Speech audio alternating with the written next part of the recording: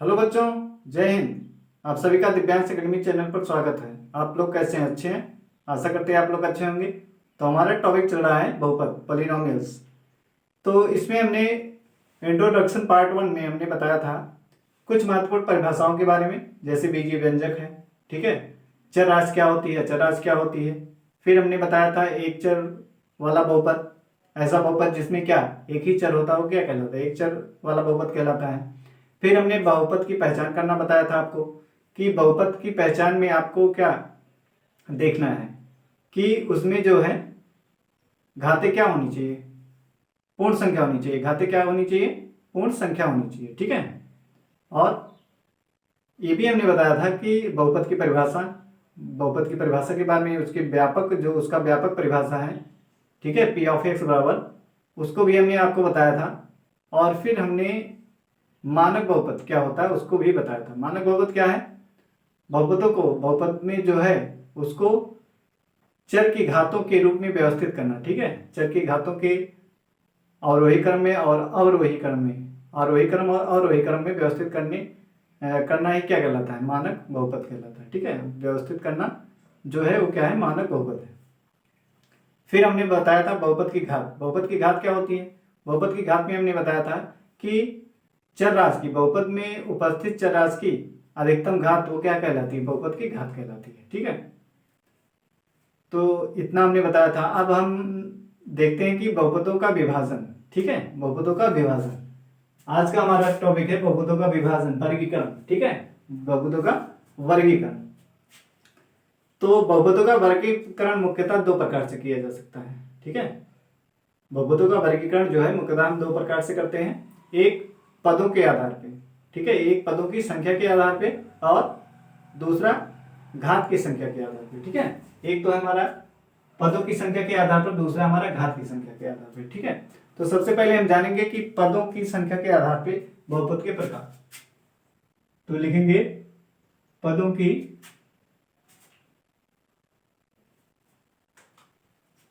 पहला हमारा है, पहली हेडिंग रहेगी पदों की संख्या के आधार पर, पदों की संख्या के आधार पर,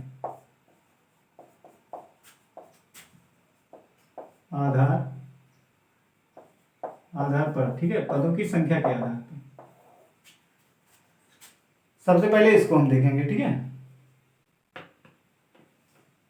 तो पदों की संख्या के आधार पे देखते हैं, पदों की संख्या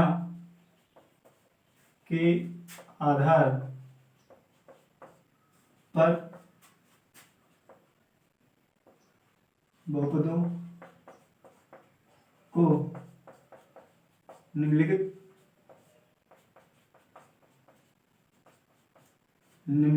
पदों की संख्या के आधार पर बहुपदों को निम्नलिखित भागों में विभाजित किया गया है। निम्नलिखित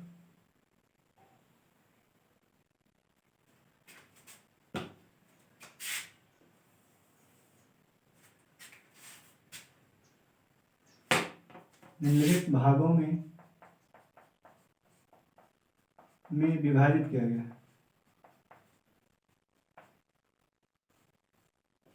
विभाजित किया गया है, ठीक है।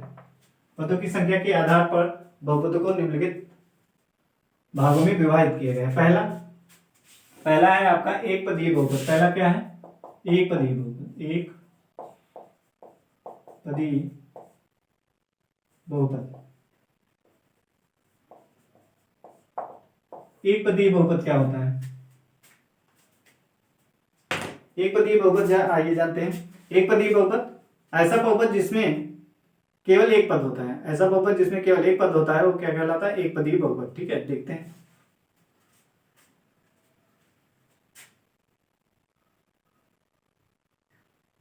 ऐसा बहुपद जिसमें केवल क्या है? ऐसा बहुपद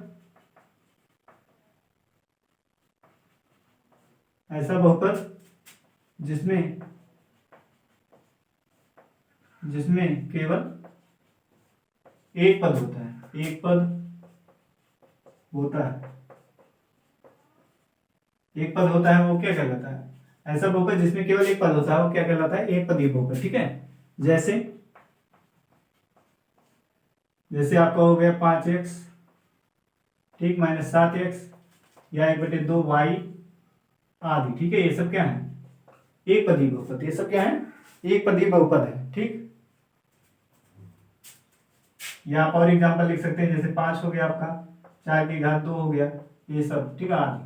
ये सब क्या है? एक पदीय बहुपद है। ऐसा बहुपद जिसमें केवल एक पद होता है वो क्या कहलाता है? एक पदीय बहुपद। जैसे 5x हो गया, फिर इधर -7x हो गया, फिर इधर 1/2y, 5, 4 की घात 2, ये सब क्या है? एक बहुपद है। ठीक है, एक पदीय बहुपद है। अब देखेंगे दूसरा दूसरा हमारा दो पदीय बहुपद। द्विपदीय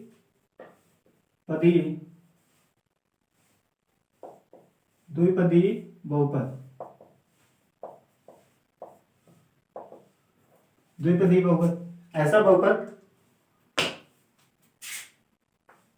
ऐसा बहुपद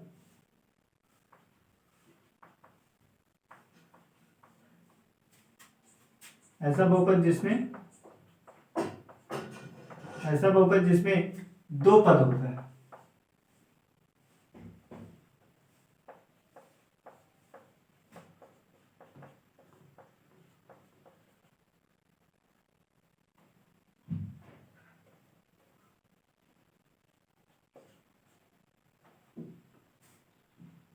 ऐसा बहुपद जिसमें दो पद होता है वो क्या कहलाता? दो पदीय बहुपद कहलाते हैं। ऐसा बहुपद जिसमें दो पद होता है वो क्या कहलाएगा? दो पदीय बहुपद। ठीक है, जैसे आपका हो गया 2x - 3, या 1/2x² प्लस x, या -7y² -2 1/4 z -7। ठीक है, ये इसमें देखिए कितने पद है? 1 2। ये जो माइनस प्लस लगा है ये क्या करता है? पदों को पृथक करता है। इसको हमने स्टार्टिंग में ही बताया था, बीजीय व्यंजक की परिभाषा जब बता रहे थे वहां पे हमने बताया था कि प्लस माइनस क्या करता है? बीजीय व्यंजकों के पदों को क्या करता है? पृथक करता है, अलग करता है। ठीक है, तो इसमें देखिए ये माइनस क्या अलग कर रहा है? एक पद है, एक दूसरा पद है। ये एक पद है, ये प्लस, ये दूसरा पद है। ठीक है, फिर यहाँ पे माइनस इतना लिखा है, एक पद है, फिर माइनस के लिखा है तो दूसरा पद। ठीक है, तो प्लस माइनस चिन्ह जो है क्या करते हैं? पदों को पृथक करते हैं। तो इन सब में क्या है? दो दो पद हैं, इसलिए क्या दो पदीय बहुपद है। इसमें एक एक पद है, इसलिए क्या है? एक पदीय बहुपद। अब हम देखेंगे त्रिपदीय बहुपद। तीसरा हमारा है इसमें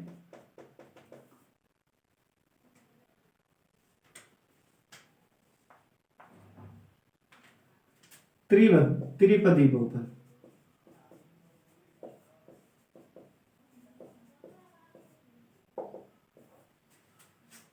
ऐसा बहुपद जिसमें तीन पद होता है। ठीक है, ऐसा बहुपद जिसमें केवल दो पद होता है। ये ऐसा बहुपद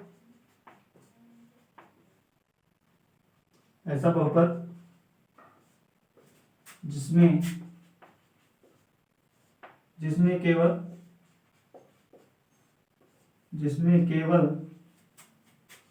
तीन पद होता है। जिसमें केवल तीन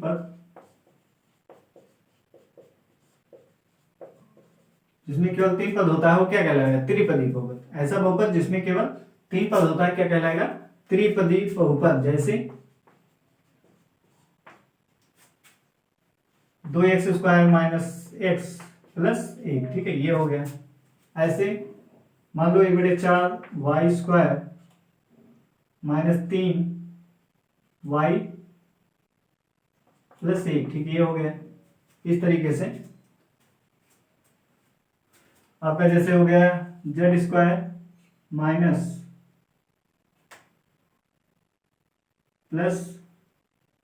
z और +9, ये हो गया। ठीक, अब इसमें देख रहे हैं कितने पद है? तीन तीन पद हैं। सब में कितने पद हैं?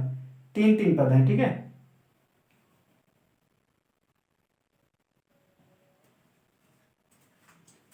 एक, अब यहाँ पे देखिए एक है, फिर माइनस लगा दिए, दूसरा पद हो गया, फिर प्लस लगाए, तीसरा पद हो गया। ऐसे यहाँ एक पद है, ये माइनस दूसरा पद, ये प्लस तीसरा पद है। ऐसे इसमें भी एक दो तीन, तीन तीन पद है, ठीक है। तो इसलिए क्या कहलाएंगे, त्रिपदी व्यंजक। ऐसे आपका क्या होता है, चतुष्पदीय व्यंजक, ठीक है।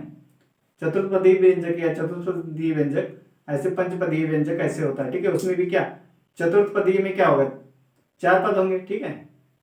चतुष्पदीय व्यंजक में क्या होगा, चार पद। पंचपदीय व्यंजक में क्या होगा, पांच पद, ठीक। इस तरीके से होता है। अब हम देखेंगे घात की संख्या के आधार पे, ठीक है। दूसरा हम देखेंगे घात की संख्या के आधार पे, इसको हटाते हैं, घात की संख्या के आधार पे देखते हैं।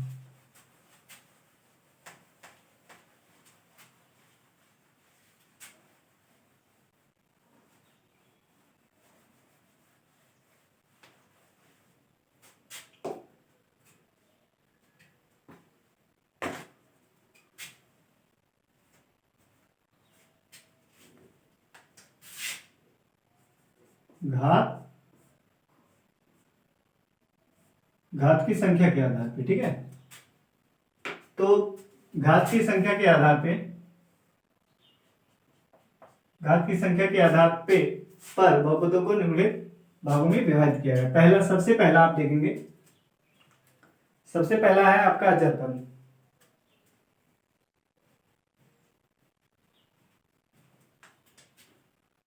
पहला है हमारा अचर पद, ठीक है।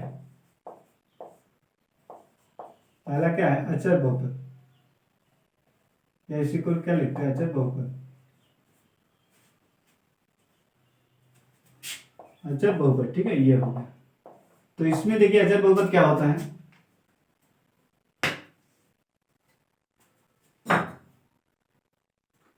ऐसा बहुपद, ऐसा बहुपद जिसमें, ऐसा बहुपद जिसमें,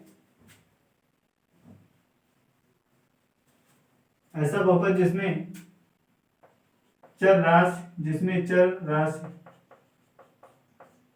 की अधिकतम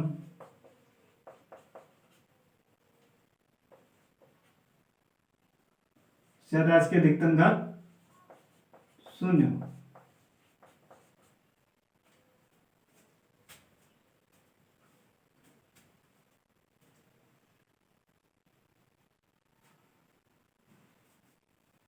ऐसा बहुपद जिसमें चर राशि की अधिकतम घात क्या शून्य हो, अर्थात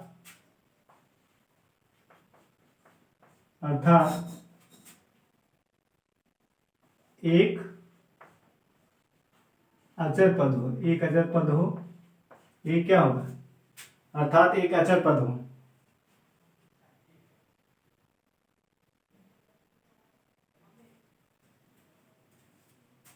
अर्थात एक अचर पद हो, तो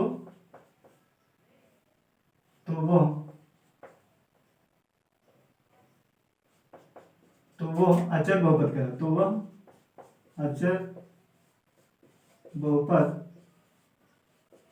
कहलाता है। क्या कहलाता है, अचर बहुपद, ठीक है। क्या कहा गया कि ऐसा बहुपद जिसमें चर राशि की अधिकतम घात क्या शून्य हो, अर्थात एक अचर पद हो, तो क्या कहलाएगा, अचर बहुपद, ठीक है। जैसे, जैसे आपका मान लीजिए 5 लिखा हुआ है, जैसे आपका 5, ठीक है, या -7 हो गया, इस टाइप से। तो इसमें देख रहे हैं 5 को हम क्या लिख सकते हैं, इसको हम लिख सकते हैं, इस 5 को हम क्या लिख सकते हैं, इसको लिख सकते हैं 5x⁻0 लिख सकते हैं। क्या लिख सकते हैं, 5x⁻0, ठीक। और x⁻0 क्या बताया गया, यदि किसी संख्या की घात 0 हो, किसी संख्या की घात 0 या किसी चर राशि की घात 0 हो, तो उसका मान क्या होता है, 1 होता है। क्योंकि x⁻0 बराबर क्या होता है, 1 होता है, ठीक है। तो हम इसको 5 को इस तरीके से लिख सकते हैं, इसको ऐसे भी लिख सकते हैं, 5 × 1 लिखिए, या फिर बराबर लिख दीजिए इसको 5x⁻0, ठीक, ऐसे लिख सकते हैं। तो x⁻0 क्या 1 होता है। तो इसमें देख रहे हैं चर राशि की, जो चर राशि x है उसकी अधिकतम घात क्या शून्य है, यानी इसमें क्या होता है, अचर बहुपद में चर राशि की घात क्या होती है, शून्य होती है। तो क्या कहलाता है, अचर बहुपद, ठीक है। क्लियर हुआ। अचर बहुपद क्या है, जिसमें चर राशि की घात क्या होती है, शून्य होती है, वो क्या कहलाता है, अचर बहुपद। अगला हमारा है रैखिक बहुपद। दूसरा दूसरा है रैखिक बहुपद। रैखिक बहुपद,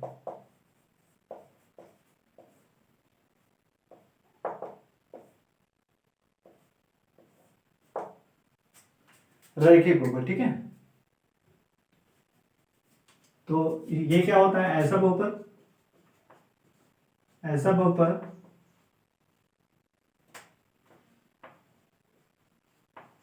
ऐसा बहुपद जिसमें जिसमें चर राशि की अधिकतम घात एक होती है। अधिकतम घात कितनी होती है? एक होती है। वो क्या कहलाता है? अधिकतम घात एक होती है, रैखिक बहुपद कहलाता है। रैखिक बहुपद या एक घातीय बहुपद कहलाता है।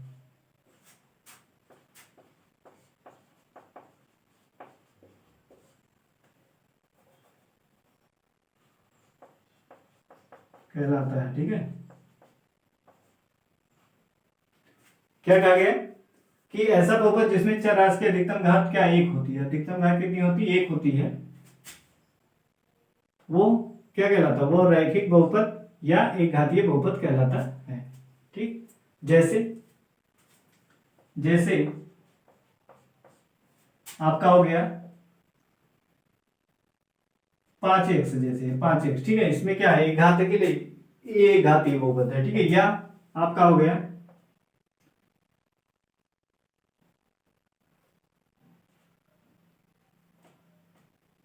2x + 5, ये हो गया, ठीक है। अगला, अब इसमें देखिए चर राशि की अधिकतम घात कितनी है? एक है ना। यहाँ पर भी क्या है? एक है।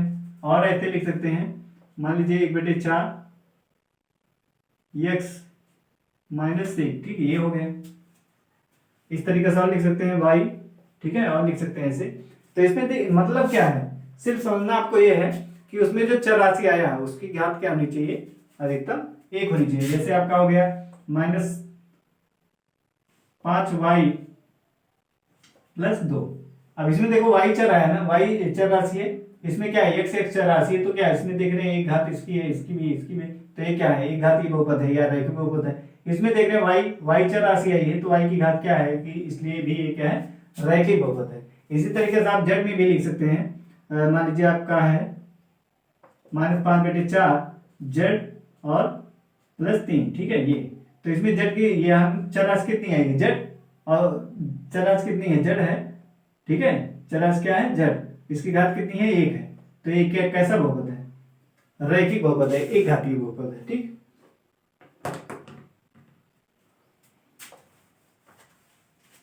अगला हमारा है रैखिक बहुपद हो गया। अब हमारा दूसरा नंबर है द्विघातीय बहुपद। तीसरा नंबर है आपका द्विघातीय बहुपद, ठीक है। दो घातीय बहुपद।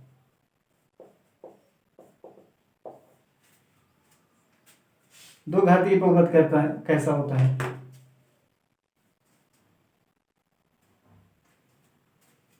ऐसा बहुपद जिसमें चर राशि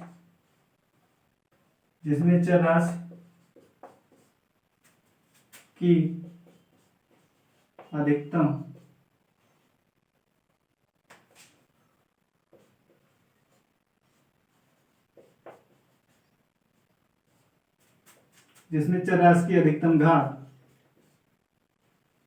अधिकतम घात 2, जिसमें चर राशि की अधिकतम घात 2 हो, वह दो घातीय बहुपद कहलाता है।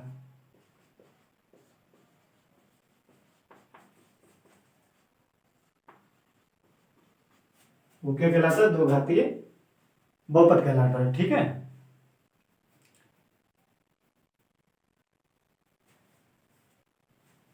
इसका मानक रूप, इसका मानक रूप, इसका मानक रूप क्या होता है? A x square plus b x plus c, ये होता है। ठीक है, इसका मानक रूप क्या है? A x square plus b x plus c, इस टाइप का होता है। इसका मानक रूप क्या है? A x square plus b x plus c. ठीक है,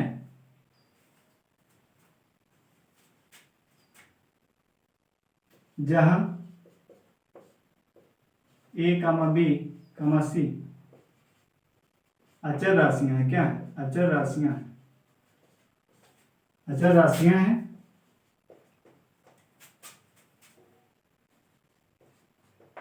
तथा ए नॉट इक्वल टू क्या? जीरो।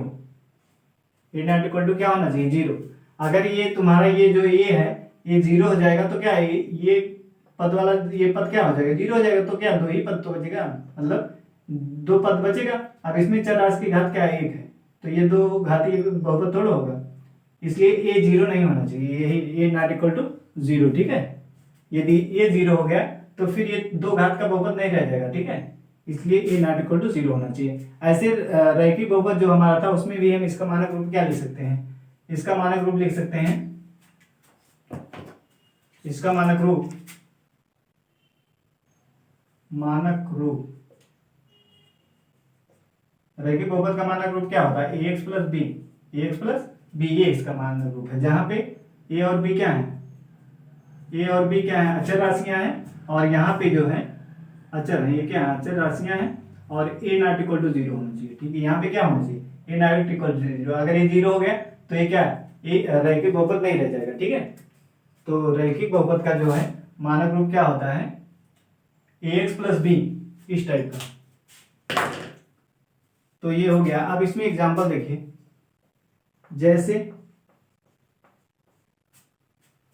जैसे आपका हो गया ये दो एक्स स्क्वायर प्लस तीन एक्स प्लस दो, ये हो गया। और मान लीजिए आपका वाई स्क्वायर है प्लस माइनस दो वाई प्लस पाँच, ये हो गया। ठीक, ऐसे। और एक बटे चार Z square minus Z plus two या प्लस वन। ठीक है, ये हो गया आर। तो इसमें देखिए, इसमें चर राशि क्या है? एक्स है ना। चर राशि कितनी? एक्स है। इसमें कितनी घात है? दो है। अधिकतम घात कितनी? दो, इसलिए क्या है? दो घातीय बहुपद है। इसमें चर राशि कितनी? वाई है आया है। इसमें अधिकतम घात कितनी है? दो है। यहाँ पे दो है, यहाँ पे एक, तो अधिकतम घात कितनी? दो। तो ये क्या है? दो घातीय बहुपद। यहाँ पे देखिए जेड की घात दो, यहाँ पे जेड की घात एक, यहाँ पे चर राशि क्या है? जेड आया है। अब इसमें अधिकतम घात कितनी है? जेड है कि अधिकतम घात दो है, तो यही क्या है? दो घातीय बहुपद है। ठीक है, ये हो गया दो घातीय बहुपद। अब अगला हमारा है एक त्रिघातीय बहुपद। ठीक है, चौथा हमारा क्या है? त्रिघातीय बहुपद। त्रिघातीय बहुपद,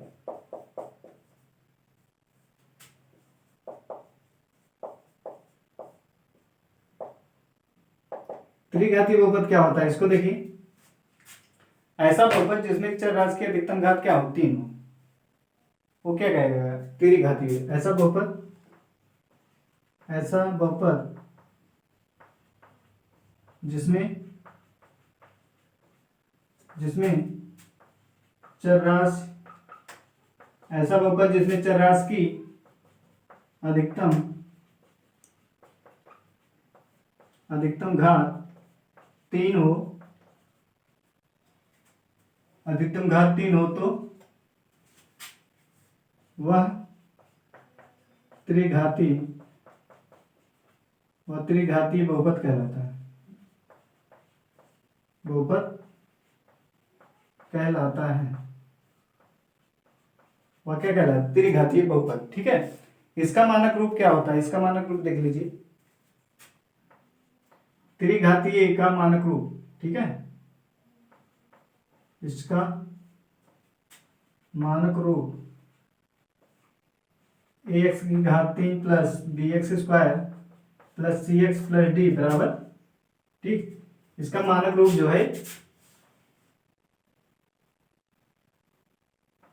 इसका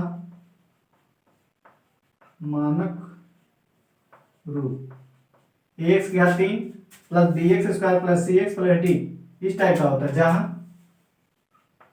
जहाँ ए कामा बी कामा सी कामा डी क्या है, अचर राशियां हैं। क्या है? अचर राशियां हैं, अचर राशियां। और ए नॉट इक्वल टू क्या होना चाहिए, zero. A not equal to क्या, जीरो होना चाहिए। ठीक है, ये जहां पे ए बी सी डी क्या है, अचर राशियां हैं और ए नॉट इक्वल टू जीरो, ये जीरो नहीं होना चाहिए। ए जो है जीरो नहीं होना चाहिए। अगर ए का मान जीरो हो गया तो ये क्या है, इस बहुपद को, ये इस पद को क्या कर देगा, शून्य कर देगा। तो ये तीन घात का बहुपद नहीं रह जाएगा, इसीलिए ए नॉट इक्वल टू जीरो है। ठीक है, ये जीरो नहीं होना चाहिए। जैसे एग्जांपल देखिए इसका,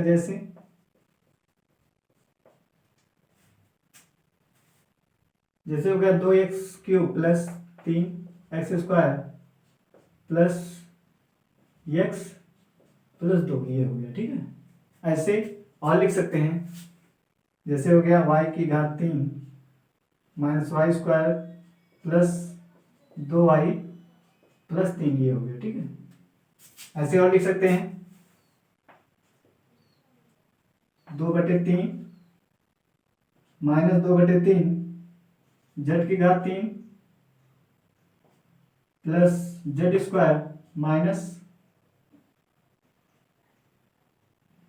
3z और प्लस 5। ठीक है, ये तो ये सब इसमें देखिए क्या है, तीन घातक ही नहीं, इसमें चर क्या आया है, x आया है। तो x की इसमें देखिए 2 है, यहाँ पे 3 है, यहाँ पे 2, यहाँ पे 1 है। तो अधिकतम चर राशि की अधिकतम घात कितनी, 3 है, इसलिए ये क्या है, त्रिघाती बहुपद। यहाँ पे चर राशि कौन है, y आया है। यहाँ पे देख रहे हैं घात 3 है, y की अधिकतम घात कितनी है, 3 है, ये क्या है, त्रिघाती बहुपद। यहाँ पे देखिए चर राशि कौन आया, z। तो यहाँ पे z की अधिकतम घात कितनी है, 3 है, तो ये क्या है, त्रिघाती बहुपद है। ठीक है, आपको समझ में आया होगा। अब एक ही बहुत ही हमारा इंपॉर्टेंट एक और है, पांचवा, शून्य बहुपद। पांचवा देखिए, पांचवा पॉइंट है शून्य बहुपद।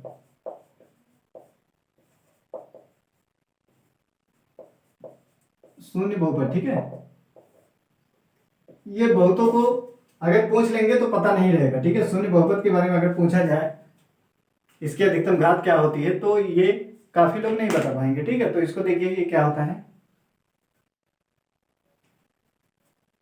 यदि किसी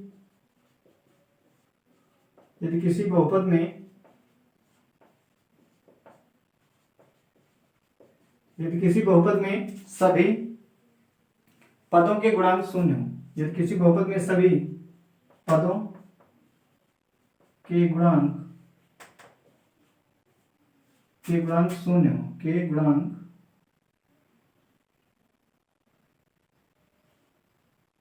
गुणांक शून्य हो, यदि किसी बहुपद में सभी पदों के गुणांक शून्य हो तो वह शून्य बहुपद कहलाता है। तो शून्य हो तो वह शून्य बहुपद कहलाता है, वह शून्य बहुपद कहलाता है, वह क्या कहलाता है, शून्य बहुपद। ठीक है, यदि किसी बहुपद में सभी पदों के गुणांक क्या हो, शून्य हो, तो वो क्या कहलाएगा, शून्य बहुपद। ठीक है, तो आइए देखते हैं। जैसे आपका हो गया 0x² प्लस 0x प्लस 0, ठीक, ये इस टाइप का आदि। तो ये क्या है, क्या कह रहा है, यदि किसी बहुपद में सभी पदों के गुणांक शून्य हो तो वो शून्य बहुपद कहलाता है। जैसे 0x² प्लस 0x प्लस 0। ठीक है, ऐसे बहुत से लिख सकते हैं। तो इसका मतलब क्या हुआ, सबका क्या आएगा, 0, यानी शून्य ही एक ऐसा बहुपद है जिसमें क्या करते हैं, सभी पदों के उसके गुणांकों के गुणांक क्या होते हैं, शून्य होते हैं। ठीक है, यानी शून्य ही एक ऐसा बहुपद है जो क्या है, शून्य बहुपद है। ठीक है, शून्य के अलावा कोई ऐसा नहीं है जो शून्य बहुपद कहलाएगा। ठीक है, तो आपको समझ में आएगा शून्य बहुपद क्या है, शून्य ही एक ऐसा बहुपद है जो क्या कहलाता है, शून्य बहुपद।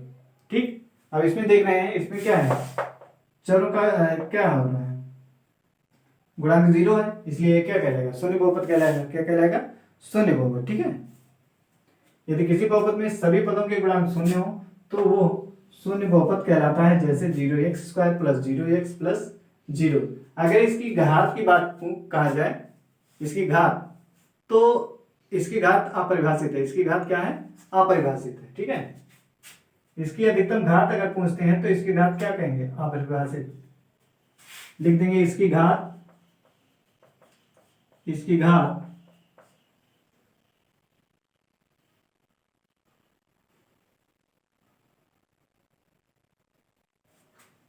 इसकी घात अपरिभाषित होती है, इसकी घात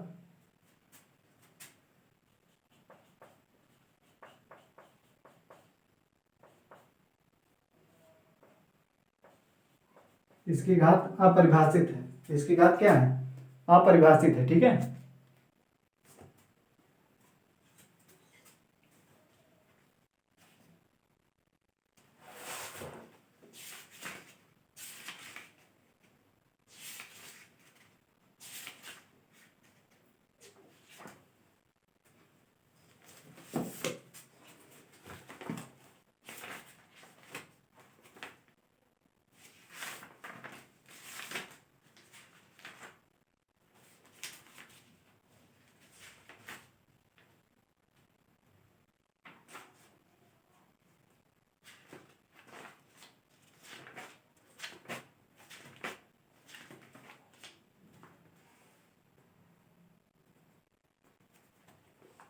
तो इसकी घात जो है अपरिभाषित होती है, ठीक है। आपको क्लियर है कि यहाँ पे क्या होती है, इसकी घात अपरिभाषित होती है, ठीक है। तो यदि आपका कभी कभी क्वेश्चन क्या ऑब्जेक्टिव में क्वेश्चन बहुविकल्पीय क्वेश्चन आपका बन जाता है कि शून्य बहुपद की घात है, तो वहां पे आपका 4 ऑप्शन दे देगा, 1 2 3 शून्य, और चौथा ऑप्शन कर देगा अपरिभाषित, ठीक है। तो आपका आंसर कौन सा सही रहेगा, अपरिभाषित वाला, क्योंकि शून्य बहुपद की घात जो है वो परिभाषित नहीं है, ठीक है, इसलिए उसको क्या कहेंगे, अपरिभाषित है।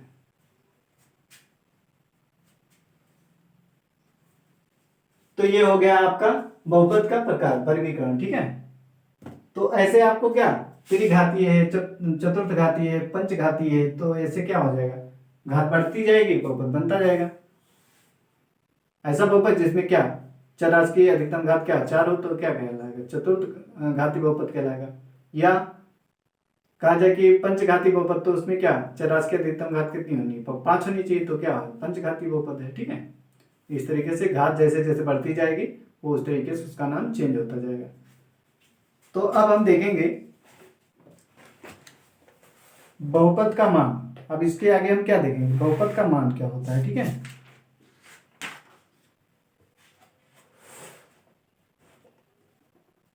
इसको हम हटाते हैं, देखते हैं बहुपद का मान क्या होता है।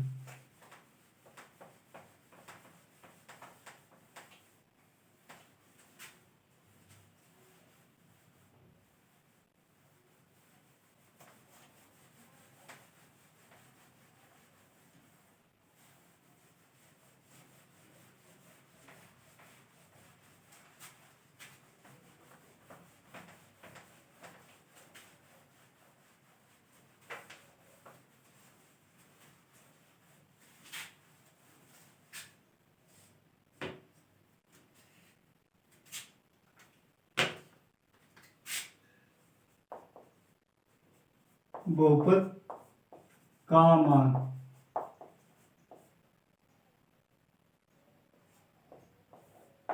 बहुपद का मान, ठीक है।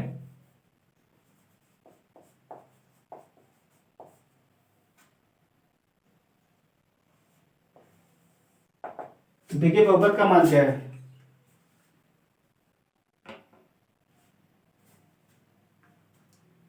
किसी दिए हुए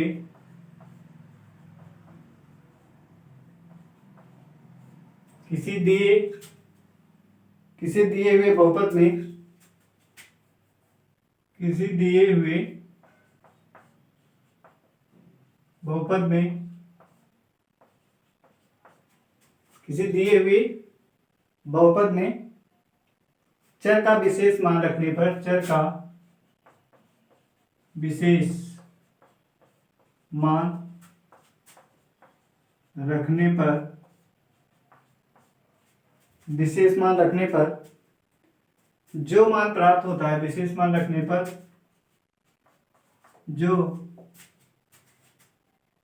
जो मान प्राप्त होता है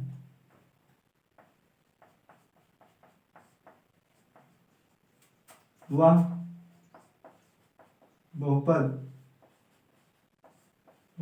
का मान कहलाता है। ठीक है, क्या कहा गया, किसी दिए हुए बहुपद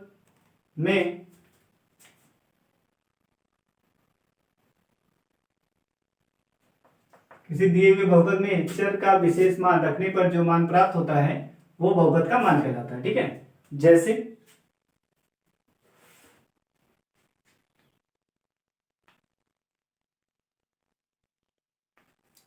आपका दिया है पी ऑफ एक्स, ये आपका दिया हुआ है, जैसे पी ऑफ एक्स बराबर दिया हुआ है x square minus 3x minus 4, ये आपका दिया हुआ है x square minus 3x minus 4। ठीक है, अब इसमें आपको रखना है x बराबर 2, ये आपका है, इसमें हम x बराबर क्या रख देते हैं, x बराबर 2। ठीक है, x बराबर 2 इसमें रखिए, x बराबर 2 पर या लिख लेंगे, इसको नंबर 1 कह देते हैं। अब लिखेंगे एक में x बराबर 2 रखने पर, एक में x बराबर 2 रखने पर रखिए यहाँ पे p ऑफ 2, जहां जहां x है वहां पे क्या 2 रख दीजिए, तो ये कितना हो जाएगा, 2 का स्क्वायर, 2 गुणे 2 यानी 4, माइनस 3 गुना 6 माइनस 4, तो कितना आ जाएगा, ये तो हो जाएगा माइनस 6 माइनस 4 माइनस 10 बन जाएगा, तो कितना आ गया माइनस 6। यही जो मान आया यही क्या है, यही बहुपद का मान है। ठीक है, तो समझ में आया, किसी दिए हुए बहुपद में चर का विशेष मान रखने पर जो मान प्राप्त होता है वो बहुपद का मान कहलाता है। जैसे बहुपद आपका ये दिया था, इसमें हमने क्या x का मान 2 रखा तो ये मान प्राप्त हुआ। अभी आपका x का मान लीजिए -1 रखना है तो उसको रखेंगे, जो मान प्राप्त होगा वो क्या कहलाएगा, बहुपद का मान। ठीक है, तो ये क्लियर होगा, बहुपद का मान क्या होता है, किसी दिए हुए बहुपद में चर का विशेष मान रखने पर जो मान प्राप्त होता है वही क्या कहलाता है, उस बहुपद का मान कहलाता है। ठीक, अब आता है नंबर बहुपद का शून्य। ठीक, बहुपद का शून्य क्या होता है,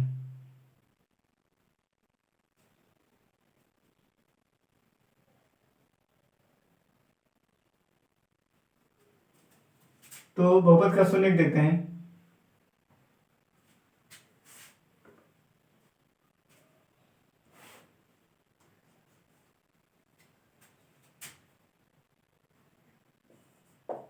बहुपद का शून्य, ठीक है, बहुपद का शून्य,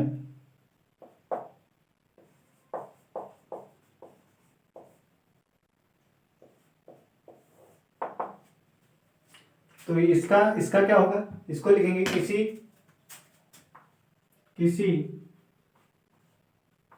दिए हुए बहुपद में चर राशि का वह विशेष मान, चर राशि का वह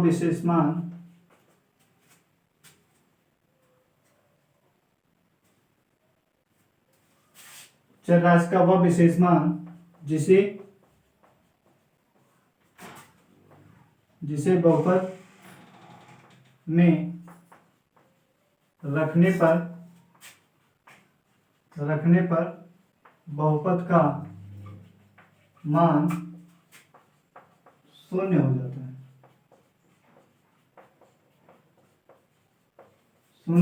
है, वह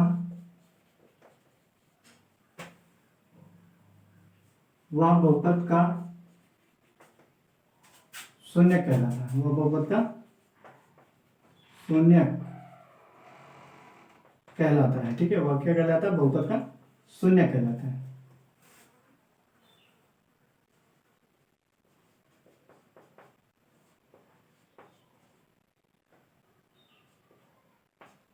तो क्या कहेगा, किसी दिए हुए बहुपद में चर राशि का वह विशेष मान जिसे बहुपद में रखने पर बहुपद का मान शून्य हो जाता है वह बहुपद का शून्य कहलाता है। क्या कहलाता है, बहुपद का शून्य कहलाता है। ठीक है, तो आइए इसको भी एग्जाम्पल के माध्यम से समझते हैं इसको। अब जैसे यही एग्जाम्पल ले लीजिए, पी ऑफ एक्स बराबर आपका दिया हुआ है कितना, x square minus 3x minus 4। ठीक, अब इसमें आप क्या रखिए, एक्स बराबर -1 रख दीजिए, क्या रख दीजिए, एक्स बराबर -1, ठीक है। तो लिखेंगे एक्स बराबर -1 पर, ठीक है। अब यहाँ पे क्या करिए, इसमें -1 रख दीजिए, तो कितना आएगा, पी ऑफ -1 बराबर -1/2 -3 गुणे -1 एक्स, जहां जहां एक्स है वहां पे क्या रखना, -1 -4। तो हल करिए, कितना आएगा, ये देखिए ब्रैकेट के अंदर यहाँ क्या लिखा है, माइनस ऋणात्मक संख्या ना, और इसकी घात जो है वो क्या है, 2 है, 2 है। तो अगर ब्रैकेट के अंदर ऋणात्मक संख्या होती है और उसकी घात क्या होती है, सम संख्या, 2 क्या है, सम संख्या ना। अगर उसकी घात सम संख्या तो इसका मान क्या, प्लस में आएगा। अगर यही क्या होती, घात विषम होती तो क्या आता, माइनस में। तो सम संख्या है तो क्या आएगा, एक ही आएगा इसका मान, ठीक। एक की घात 2 है, -1 की घात 2, तो गुणा करेंगे, 1 गुणे 1 कितना आएगा, एक ही आएगा। और ये जो -1 क्या है, सम होने की वजह से ये प्लस हो जाएगा। और नहीं तो ऐसे भी अगर लिखेंगे 2 बार, तो जानते हैं -1 का गुणा क्या होता है, माइनस का क्या गुणा पे क्या होता है, प्लस होता है। तो ये ऐसे भी आ जाएगा इसका मान प्लस में, ठीक है। यहाँ पे देखिए प्लस माइनस है दोनों, माइनस माइनस का गुणा क्या हो जाएगा, प्लस, 3 1 के 3 और -4। अब इसको देखिए 3 1 4, ये दोनों प्लस में, इसको जोड़ लीजिए 4, और ये माइनस में ऐसे कट के क्या आ जाएगा, 0, क्या आ जाएगा, 0, ठीक। और ऐसे चक लेते हैं इसको चक लेते, पी ऑफ एक्स बराबर 4 पे इसको देख लेते हैं, ठीक है। एक्स बराबर 4 पे देखिए, एक्स बराबर 4 पर, तो ये क्या हो जाएगा, अब 4 रखेंगे, रखिए इसमें 4 की घात 3, 3 गुणे 4 -4, ठीक है। जहां जहां एक्स है वहां पे आपको क्या रखना है, 4 रखना है इसी बहुपद में। तो ये हो जाएगा 4 की घात 3, यानी 4 को कितनी बार गुणा करना है, 3 बार, 4 गुणे 4 गुणे 4, तो 16, 4 चौक 16, 16 चौका 64, 64 आ गया। फिर -3 चौक 12, ठीक, 3 चौक 12 और -4 है।